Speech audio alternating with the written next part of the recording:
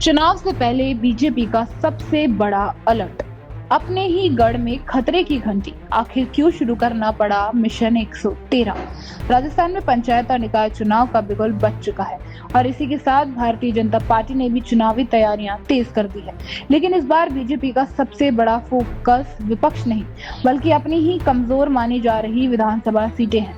Party के अतिरिक्त सर्वे में प्रदेश की 200 विधानसभा सीटों में से 113 को संगठनात्मक रूप से कमजोर माना गया है।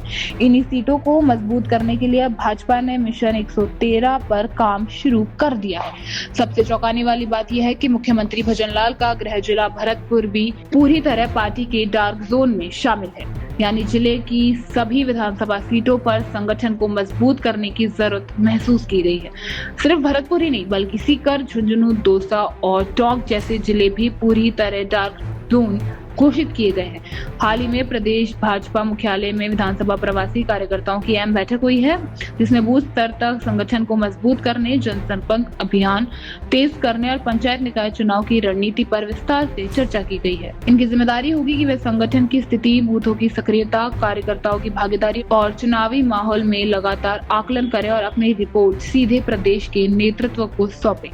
भाजपा का मानना है कि पंचायत और निकाय चुनाव केवल स्थानीय निकायों तक सीमित नहीं है बल्कि आने वाले विधानसभा चुनाव की नींव भी यही चुनाव रखते हैं। यही वजह है कि पार्टी इस बार किसी भी कमजोर क्षेत्र को नजरअंदाज नहीं करना चाहती।